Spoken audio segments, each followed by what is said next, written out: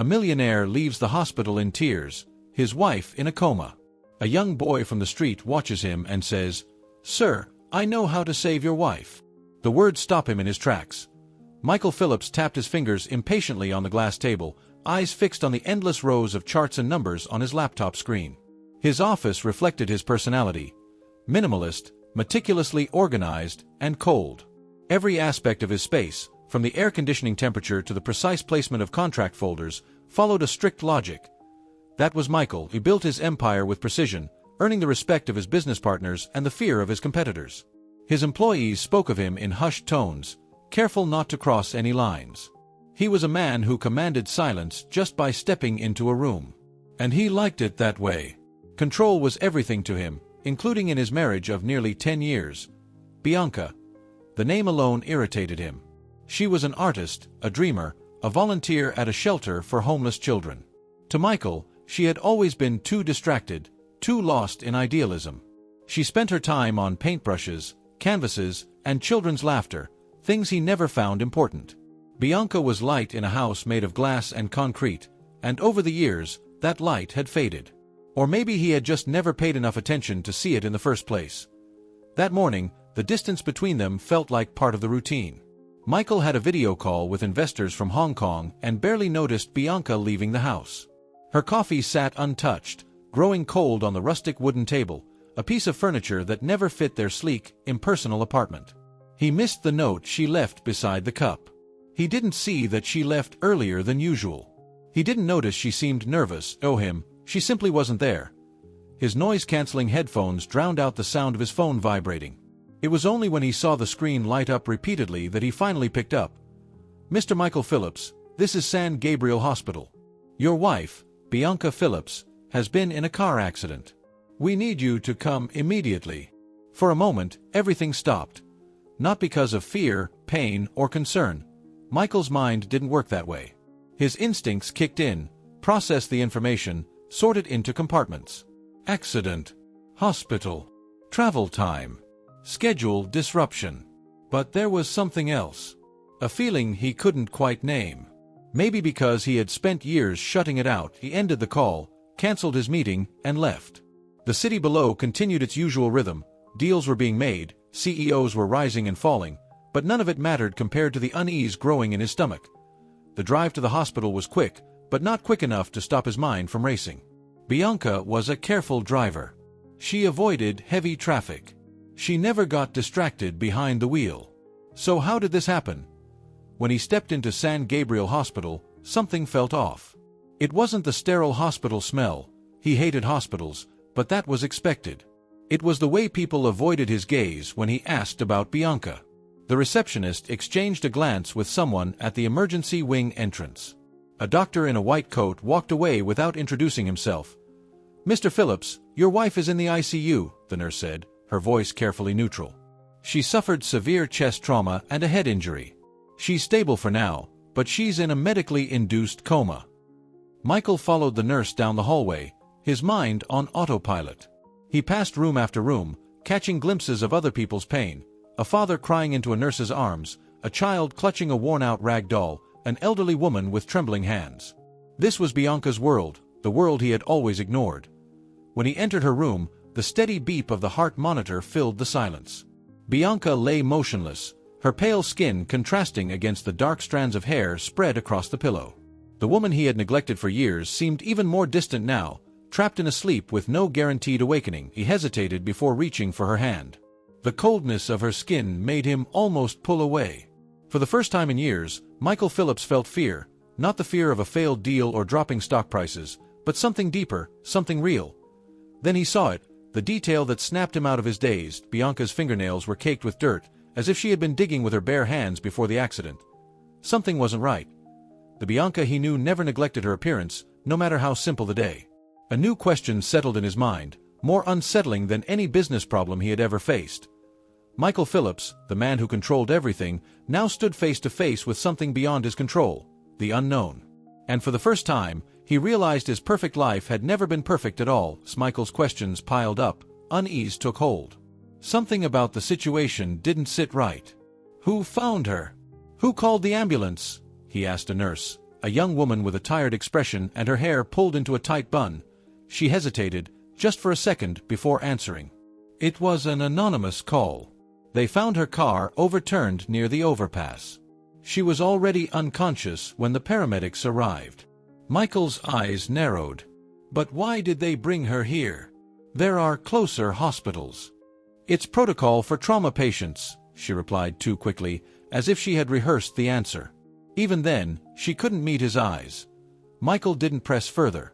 He simply stored that hesitation away, his instincts honed from years of high-stakes negotiations. He knew people often said more with their silences than their words. As he walked through the hospital's narrow hallways, an unsettling realization struck him. Some of the staff were watching him. Not out of curiosity or concern, but as if they were tracking his movements. He knew that look. He had seen it in corporate boardrooms, in executives trying to anticipate a competitor's next move. Then, in a casual conversation with a nursing assistant, Michael learned something that sent a chill through him. "Your wife was here yesterday, wasn't she? Thought it was strange seeing her back so soon." Michael froze. "Yesterday? Yeah. I think she came to speak to someone in administration. Saw her talking to security at the front desk." Michael didn't respond. He just walked away, his mind racing. His once structured, predictable world was beginning to crack apart. Why had Bianca been at the hospital the day before her accident?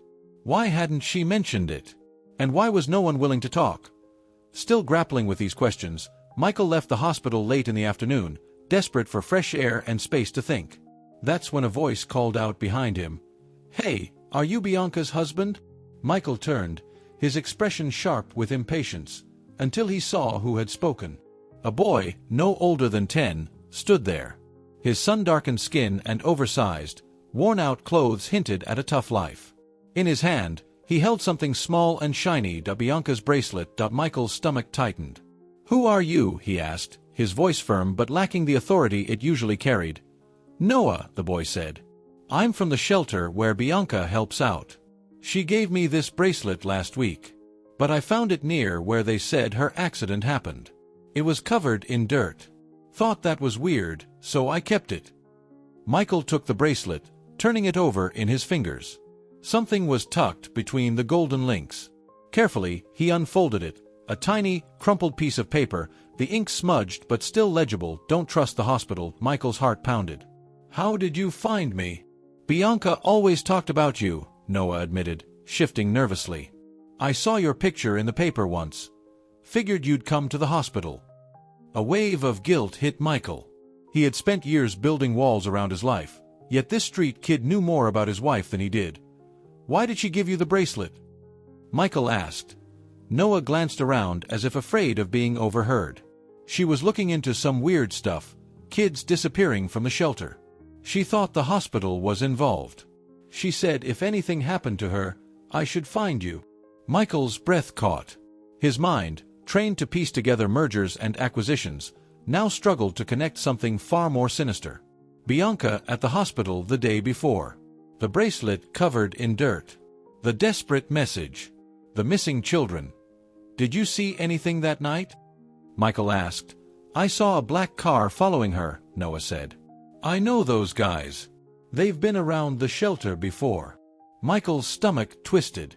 His instincts screamed that he was stepping into something dangerous. Then, a flicker of movement caught his attention, a security camera mounted on a nearby pole. That night, using contacts from a private security firm that worked with his corporation, Michael obtained footage from the crash site. What he saw made his blood run cold. Bianca hadn't lost control of her car. A second vehicle had boxed her in, forcing her off the road onto the dirt shoulder. The crash had been no accident. With every new discovery, Michael's world crumbled further. The once powerful businessman was now a man surrounded by shadows and whispers, drawn into a darkness where every answer led to a new threat. And for the first time, he realized he wasn't just searching for the truth, he was being watched too. She was just doing charity work, at least, that's what he had always told himself, dismissing it with little thought. "She stayed here when it got too late," Noah explained. "Said she didn't like going home by herself at night." Michael glanced around the small room, feeling her absence in a way that was both foreign and unsettling. It was as if Bianca had lived an entirely separate life, one he was only now beginning to glimpse. "You said kids went missing," Michael said, forcing himself to focus. What happened? Noah looked down, his fingers tapping anxiously against Bianca's bed. First, it was Carol. She just disappeared, left all her stuff behind. Then Lucas. Then Andrew. People said they saw a man hanging around the shelter, dressed kind of like you, but not as fancy. One of the kids swore he saw a black van parked outside one night, but no one believed him. Around here, people don't listen when kids say something's wrong. A chill crept up Michael's spine. Missing children. A black van. And somehow, St. Gabriel Hospital was in the middle of all of it. But how? The answer started to take shape when Noah hesitated before reaching under Bianca's bed. He pulled up a loose wooden board, revealing a hidden black notebook. She told me to hide this, Noah said. Said it was important. Michael took the notebook, feeling its weight. Inside, the pages were packed with handwritten notes, newspaper clippings, and hurried sketches. When he flipped to the first page, his stomach clenched. A list of names, children's names, Carol, Lucas, Andrew, Archie. Next to each name were short, chilling notes. Disappeared after appointment at St. Gabriel. Last seen with a fever. Transferred for treatment. Never came back. Michael flipped through more pages. Maps, medical records, reports of blood donations. The pieces were scattered, but the pattern was clear. The missing children had one thing in common. They were undocumented, had no families, or had visited St. Gabriel for free medical checkups. She knew, Michael murmured. Bianca knew something. Noah nodded. She said someone at the hospital was picking kids. They knew which ones wouldn't be missed. Michael's pulse pounded. Trafficking. Bianca hadn't just stumbled onto something. She had been actively investigating it. And he had been too blind to see the danger she was in. She hadn't just had an accident. She had been silenced. Michael snapped the notebook shut, his heart racing. I need to get home, he said, stuffing it into his briefcase. This is bigger than I thought. Noah grabbed his sleeve. Be careful. They know who you are now. Michael didn't respond. Part of him still struggled to accept that his wife wasn't just an artist. She was fearless. And he was just a businessman who never realized how much bigger her world was. On the drive home, the notebook sat on the passenger seat, a silent reminder of everything he had ignored. That's when he felt it, the invisible gaze. Checking his mirrors, he spotted it, a black SUV, a few cars behind, moving when he moved, stopping when he stopped. Michael didn't speed up. He didn't panic. He just gripped the wheel tighter. Bianca had started this fight alone. But now, it was his too. And if anyone thought Michael Phillips gave up easily, they were dead wrong. The sterile white walls of St. Gabriel Hospital felt colder than ever as Michael walked down the hall. Every time he tried to get answers about Bianca, he was met with the same robotic responses. Her condition is stable. You can visit for 5 minutes. We have no additional information. It was all rehearsed, carefully controlled. And it wasn't just the words. He could see the tension in the staff's eyes, the nervous glances they exchanged when they thought he wasn't looking. By the third attempt to speak to Bianca's doctor, he was flat out ignored. The man walked right past him, avoiding eye contact. This wasn't indifference. It was fear. If I were you, I'd stop asking questions out here. The soft, cautious voice made Michael turn sharply. A woman in a white coat stood beside him. Her glasses were thin-framed, her dark hair pulled back in a simple bun, but her sharp gaze was anything but timid. Who are you? He asked, his patience thin. Dr. Amanda. I run the ICU. She glanced quickly down the hall, lowering her voice. Your wife isn't in a coma because of the accident. Michael's world froze. What did you say? His voice was tight. She was conscious when she came in, Dr. Amanda whispered. Confused, but awake. Until someone gave the order. His blood turned ice cold. Who gave the order? I don't know. I overheard it. Something about keeping her under control while they handled loose ends. She hesitated, her grip tightening around her clipboard. You need to get her out of here. Fast. Before Michael could ask anything else, his phone buzzed. His home security alert. Someone was in his office. When he got home, he found Noah sitting in his chair, holding Bianca's phone. I found this at the shelter, the boy said. It has a video. With unsteady fingers, Michael pressed play. The screen flickered, and there she was, Bianca, her face pale, eyes darting in fear. She was whispering, her breath quick and uneven. The background was dimly lit, damp walls behind her. "I knew something was wrong," Bianca said in a hushed, shaking voice. "I heard voices. There's a door in the basement. No signs, no labels. I saw a man." The video cut off. Michael's grip tightened on the phone. His heart pounded. His wife had found something inside that hospital. And someone had made sure she wouldn't talk about it. But they had made one mistake. She wasn't the only one looking anymore. Inside the dimly lit hospital, Bianca's voice echoed through the shaky video. "I saw a man in a suit go in there, but he wasn't a doctor. I heard kids crying." She glanced over her shoulder, her breath uneven as if she could feel someone watching her. "If I don't get out of here, someone has to know. They're taking the kids from the shelter. They're using them. I don't know for what, but..." The video cut off abruptly with a loud noise. Then, blackness. Noah looked up at Michael, his expression filled with nervous energy. "I think she was trying to protect me," he whispered. "She knew they were after her." Michael's mind raced. The hospital, the missing children, the car chase, it all led back to the same place.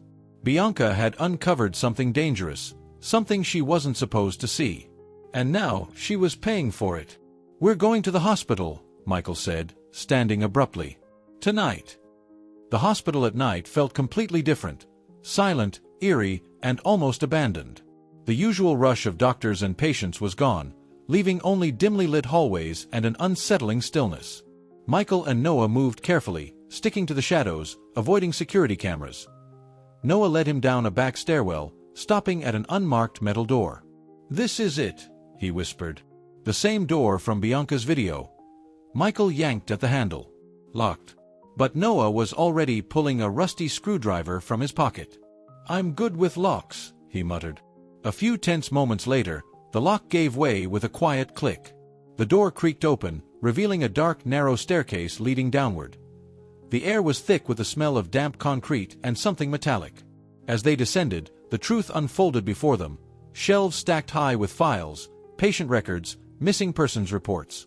Names slashed through in red ink. Every child on the list had no family, no legal identity. No one to come looking for them. Chart caught Michael's eye. Blood types. Organ compatibility. Next to each name, a price. His stomach turned. "My God!" Noah tugged at his sleeve, urgency in his voice. Heavy footsteps echoed from the stairwell above. Someone was coming. "Run," Noah whispered. They bolted through the maze of hallways, twisting and turning through locked doors and dead ends, until they found a maintenance exit. The vent was already loose. Noah slipped through first, followed by Michael, who barely made it through without tearing his sleeve. They landed outside in the staff parking lot, hidden in the darkness. Inside, shouts echoed. They had seen his face. They knew. Michael wasn't just investigating anymore. He was a target. In an abandoned workshop on the edge of the city, Michael spread Bianca's notebook across a makeshift table under the dim glow of a flickering lantern. Page after page, the puzzle started coming together. Children disappearing after hospital visits, all with minor medical histories. Fevers. Blood tests. And then, gone. Noah sat nearby, dismantling an old walkie-talkie, his knee bouncing restlessly. "I tried to tell people at the shelter, but no one believed me," he said, voice tight with frustration. "They thought I was making it up. But I saw it. I saw them take Archie." Michael's head snapped up. "Who's Archie?" "My best friend," Noah murmured. "He had asthma, was always in and out of the hospital. One day, some guy in a suit said they were transferring him for better treatment. He never came back. Bianca believed me. She said she'd find out where they took him. I think that's how she got caught up in all of this." Michael exhaled, rubbing his temples. Bianca had been fighting for these kids. And no one had been fighting for her. Outside, the wind howled against the warehouse's rusted walls. Michael knew they couldn't stay long. Someone was hunting them. Back at his apartment, the warning signs were impossible to ignore. The flickering lobby light. The doorman avoiding his gaze. A silver sedan with tinted windows parked just a little too long at the end of the street. Are they watching us? Noah whispered. Michael nodded. Yes. He checked his phone. A series of brief, unknown calls over the past 48 hours. He had switched SIM cards 3 days ago, yet they were still tracking him. My phone's tapped, he muttered, dropping it into a glass of water. They know everything. Noah's eyes darted around the apartment like a trapped animal. Michael knew what he was thinking. No place was safe now. The next afternoon, while Michael searched for corporate links between St. Gabriel Hospital and shell companies, Noah stepped out to buy a pack of cookies from the corner store. He never came back. The building's security footage played in real time.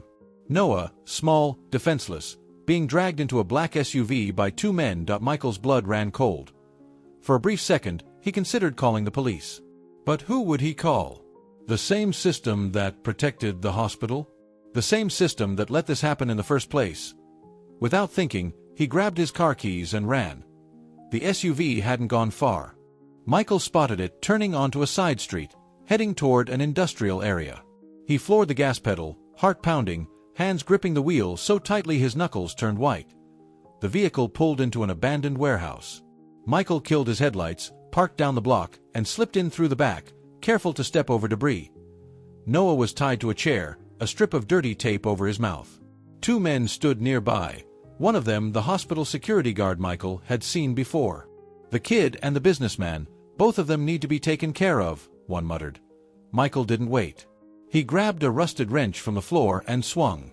The first blow shattered the knee of the nearest man, sending him collapsing with a strangled scream. The second reached for his gun, but Michael was faster, slamming him into a stack of crates. Even with his hands bound, Noah kicked the fallen man, unleashing all the pent-up rage in his small body. Moments later, they were in the car, both breathing hard. Noah clutched Bianca's notebook against his chest like a lifeline. "What now?" he whispered. Michael didn't hesitate. "No. We finish this." Because this fight had started with Bianca. But now, it was his, too. Michael took a deep, unsteady breath, the weight of the moment pressing down on him. Now we get proof. Real proof. Something they can't bury. For the first time in a long while, he realized he wasn't running anymore. He was hunting. The clock on the car's dashboard read 2:43 a.m. when Michael pulled up 2 blocks away from St. Gabriel Hospital. The city was asleep, cloaked in silence, but inside him, everything was chaos. His pulse pounded in his ears. In the passenger seat, Noah chewed his lip, his eyes locked on the hospital's glowing windows. "Are you sure?" Michael asked, his voice quiet but firm. Noah hesitated, then nodded. There was no turning back. Bianca was in that hospital, and if they didn't act now, she'd disappear like the others. He gripped the rusty screwdriver in his pocket, the same tool that had saved his life more than once. They moved quickly, slipping through a damaged section of the fence from an old construction site. No alarms, no cameras, just darkness pressing in. Noah led the way, guiding Michael through the back entrance and past a poorly secured service door. The hospital was eerily silent at this hour, the hum of distant machines the only sound. But beneath the sterile quiet, Michael could feel it, the rot, the corruption, thick in the air. "The stairs are this way," Noah whispered. They descended cautiously, the concrete stairwell winding downward into shadows. The basement door bore fresh marks from their last break-in, only now a heavy chain and padlock had been added. "Give me a minute," Noah murmured, crouching down. With practiced ease, he worked the screwdriver and a bent wire into the lock. Within seconds, the padlock popped open. Michael watched, both impressed and unsettled by how easily a 10-year-old could break into a supposedly secure door. The door groaned as it opened, releasing a gust of stale, cold air. The hallway stretched out before them, lined with steel, windowless doors. No signs, no directory. This place wasn't meant to exist. Michael tried the first door. Inside, a little girl lay motionless on a hospital bed, wires and tubes snaking from her frail body to a monitor. She couldn't have been more than 6. Beside her, a file lay opened. No last name. No family history. Just a patient code and one chilling note, compatible. Right kidney. Michael's stomach twisted. He swallowed hard and closed the door quietly. "There are more," Noah whispered, his voice barely audible. One door after another, the same horror repeated. Sedated children, hooked up to machines. Some looked newly admitted, others were barely clinging to life, their bodies failing. No names. No pasts. Just resources to be harvested. "They're treating them like spare parts," Michael muttered, disgust and fury burning in his chest. "They were going to take me too," Noah said softly, his eyes locked on a curly-haired girl with dark skin, her breathing labored. If it weren't for Bianca, the sound of her name jolted Michael back to focus. "She has to be here." Grabbing Noah's arm, he took off down the hallway, opening doors faster and faster, until he found it. A larger room. 2 guards slumped in plastic chairs, fast asleep. And in the center of the room, Bianca. Pale, unmoving, hooked to machines. Michael barely breathed. "Bianca!" Crossing the room, he knelt beside her, his hand trembling as he brushed her cheek. Cold. But beneath the surface, a faint pulse. Noah, trying to help, accidentally knocked over a metal tray of surgical tools. The clatter cut through the silence like a gunshot. One of the guards stirred, mumbling something incoherent, but he didn't wake. Michael moved fast. He unfastened Bianca's restraints, wrapped her in a thin hospital blanket, and lifted her into his arms. She was so light, lighter than he remembered. "Let's go," he whispered. Fate, however, had other plans. As they crossed the threshold, a red light flickered above them. A silent alarm. Footsteps thundered down the hall. "This way," Noah hissed, leading Michael into a side corridor. The chase was brutal. Men in suits and armed guards stormed from every direction. Noah, nimble and street-smart, weaved through the maze of corridors, cutting through a supply room and forcing open an emergency exit with his screwdriver. They burst into the parking lot, Bianca limp in Michael's arms, Noah sprinting ahead. 2 guards appeared at the lot's edge, but Noah knew every trick in the book. A pile of crates crashed to the ground, sending dust and debris flying, just enough cover for them to make their escape. Without hesitation, they dove into the car. Michael slammed his foot on the gas, not looking back. By sunrise, they were parked outside an unmarked building, the office of investigative journalist Matthew Cooper. Michael knew that only someone with instincts as sharp as his own could ensure this story saw the light of day. He didn't trust the police. He didn't trust the courts. But the truth, in the right hands, was the most powerful weapon of all. "Are you sure?" Noah asked, gripping Bianca's notebook tightly. Michael glanced at Bianca, still unconscious but breathing. Then he looked at Noah, a child who had seen more horrors than most adults could comprehend. "We're not stopping," Michael said firmly. "Not after this." Noah nodded.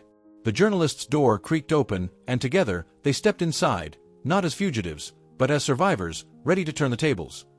The sun had barely risen when the headlines began to spread like wildfire across news sites, radio broadcasts, and television screens. Organ trafficking ring dismantled at elite hospital. The words echoed from screen to screen, each update revealing even darker details. Kidnapped children, missing patients, falsified medical records. Doctors had turned into merchants of life.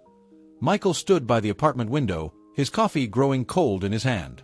The evidence they had handed over to Matthew Cooper had been overwhelming. Medical records, images from the hidden basement, Bianca's recordings. Piece by piece, the puzzle had come together, undeniable and impossible to bury. San Gabriel Hospital had become a symbol of the corruption hidden within society's most untouchable institutions. But not everything had been a victory. A handful of mid-level doctors had been arrested. Nurses, pressured into cooperating, revealed details of the operation. Some security guards had disappeared. And, just as Michael had feared, the real power players, the ones whose names never appeared in contracts or official records, remained free, untouched, invisible. Watched as a senator appeared on TV, smiling, expressing his deep regret over this isolated case of corruption. Corporate health executives denied involvement, while shares were quietly offloaded to offshore accounts. There wasn't enough evidence to bring them all down. Not yet. But there would be, Michael thought. Even if he had to dig through every inch of dirt to find it, a soft cough pulled him from his thoughts. Bianca lay curled up on the couch, wrapped in a thin blanket. Her hair was still dull, but her eyes were brighter than the day before. After days teetering between life and death, she was coming back. Michael never left her side. He had learned exactly how she liked her chamomile tea. He made her soft soups, read aloud while she dozed, and held her hand until sleep took her. The man who once had no time for family dinners now counted every beat of the heart he had almost lost. "It's on again," Bianca murmured, pointing to the TV. A photo of her, smiling in front of the shelter, filled the screen. "You've become a symbol of bravery," Michael said, handing her the warm cup. "Even if you never wanted to." Bianca smiled, weak but real. "I just wanted to help." Her voice was still rough, but steadier now. "And you did," Michael said, sitting beside her. "More than any of us." The sound of quick footsteps echoed down the hall. Noah burst into the room, a pack of cookies under one arm, a sketchpad in the other. Since escaping the hospital, he refused to sleep anywhere but close to them. Michael never questioned it. Some scars don't heal on their own. "Got the chocolate ones," Noah announced, flopping onto the rug. "You're on TV again, Bianca. You're famous." Bianca smiled, reaching out to ruffle his messy hair. Michael watched them, a mix of gratitude and guilt weighing on him. He had failed to protect Bianca so many times, but now, amidst the wreckage, something new was forming, a family. Imperfect, broken, but real. Noah turned to Michael. "So, what now? Are we going after them?" Michael took a slow breath. The man he used to be, Michael Phillips, corporate kingpin, would have returned to his office, buried the case, and moved on. After all, the international merger he had chased for years was still waiting for his signature. But that man no longer existed, and in his place stood someone else. Someone who had carried an unconscious child through dark corridors. Someone who had watched his wife risk her life for invisible souls. Someone who had walked through underground hallways filled with unspeakable horrors. Michael knew the price of looking the other way. And he wasn't willing to pay it again. "We're not stopping," he said, his voice firm. "They think they can hide, but now they know we're watching. And we'll keep watching until they fall." Noah nodded, his eyes gleaming with a mix of fear and excitement. For the first time, he wasn't just a street kid no one saw. He was part of something bigger. The landline rang. Michael picked it up, his expression hardening as he listened to the voice on the other end. Someone powerful. Someone who didn't give a name. Someone delivering a message as clear as a knife to the throat. "This isn't over, Phillips. You opened a door you shouldn't have. Don't think you can close it." Michael hung up without replying. He crossed the room back to the window, staring out over the city, the same city he once controlled through contracts and negotiations. Now, he saw it through new eyes. There was more darkness than light in those streets. But he knew one thing for sure. This time, he wasn't standing alone. Bianca, slowly waking to the world again. Noah, with a courage far beyond his years. And Michael himself, rising from the ashes of the man he used to be, becoming something new. Something he couldn't name yet, but could feel burning inside him. The fight was just beginning. And this time, Michael Phillips was ready for it. Bianca twirled a thin paintbrush between her fingers, as if the simple feel of wood against her skin was part of her healing process. Each day was a small victory. Her voice had returned slowly, hesitant at first, then gradually regaining the softness and quiet strength Michael had always underestimated. Her movements, once stiff from months of sedation and weakness, were regaining their natural grace. But there was something in Bianca's eyes that would never be the same, a fire of someone who had seen the depths of darkness and refused to be consumed by it. Michael stood in the doorway, watching her from a distance, a faint smile tugging at his lips. Even in silence, it felt like they spoke more than they had in years. Every second together now carried a weight it never had before: absence, pain, fear, and finally, the shared victory of two people who had walked through hell hand in hand, unsure if they'd ever make it out. But Bianca's recovery wasn't the only process in motion. The first arrests came quickly, almost too easily. Doctors, middlemen, and lower-level players in the operation, the ones who manipulated records and facilitated access to forgotten children, were taken in. Matthew Cooper, the journalist Michael and Noah had trusted, had been relentless in his reporting. Documents, videos, and secret records were exposed piece by piece. Each new article pulled back another layer of the horrors hidden within San Gabriel Hospital. But for Michael, it wasn't enough. The real decision-makers, the ones pulling the strings from their luxury offices, were still hidden. And he knew exactly where to start. That night, after Noah had fallen asleep in the guest room, a space that had already started to feel like his own, Michael opened his laptop and accessed his company's private server. Years of corporate mergers had built him a vast web of contacts and information most executives wouldn't dare touch. Michael Phillips, once the man who ignored anything outside his bottom line, was now the man willing to dig into every dirty secret. The bank accounts funding the hospital's black market operations led to an international holding company, a tangled web of shell corporations. But Michael knew this game well. He had built similar structures himself, legally, to protect his own businesses. It didn't take long to recognize the patterns, follow the money, and trace it all back to a bank account in Geneva. The name attached to that account made Michael's stomach turn: Edward Bennett, president of one of the largest healthcare networks in the country. A man who had attended the same charity galas, appeared on the same magazine covers, and shaken Michael's hand in corporate boardrooms. But Edward wasn't alone. Senator, the head of the Public Health Committee, had been receiving payments through a construction firm tied to hospital renovation contracts. A high-ranking judge, whose wife co-owned a luxury medical spa, had processed missing children as international patients.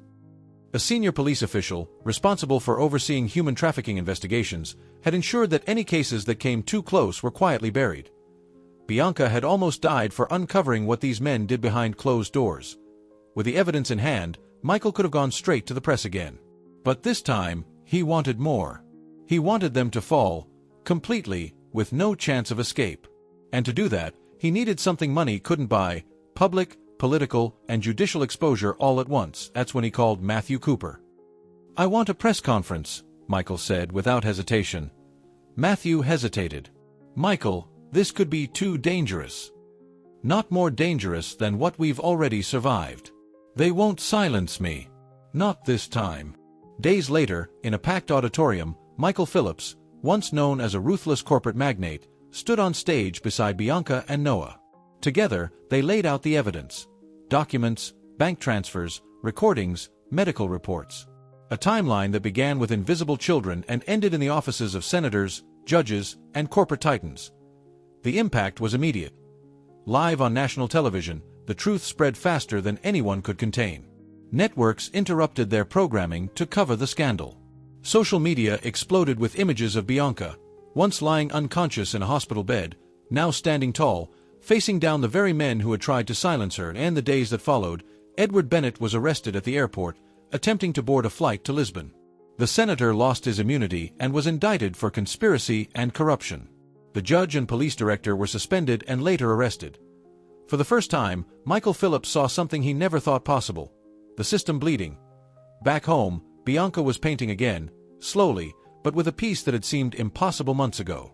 Noah sat at the kitchen table, doing his homework, adjusting to a new life and a new rhythm in a place he already called home. And Michael? He stood in the doorway, watching them. There were no more board meetings. No billion-dollar mergers. His office was now filled with case files, research, and documents. Because even with these arrests, Michael knew the system rebuilt itself. And if no one kept watching, new children would be taken. He wasn't just a businessman anymore. He wasn't just Bianca's absentee husband. Michael Phillips had become something else. Someone who had learned that the real measure of value isn't in the contracts we sign, but in the lives we choose to protect. And this time, he had chosen the right side. I hope you enjoyed today's story. If you did, subscribe to the channel so you don't miss more stories like this. Leave a like and comment below with your thoughts. See you in the next video.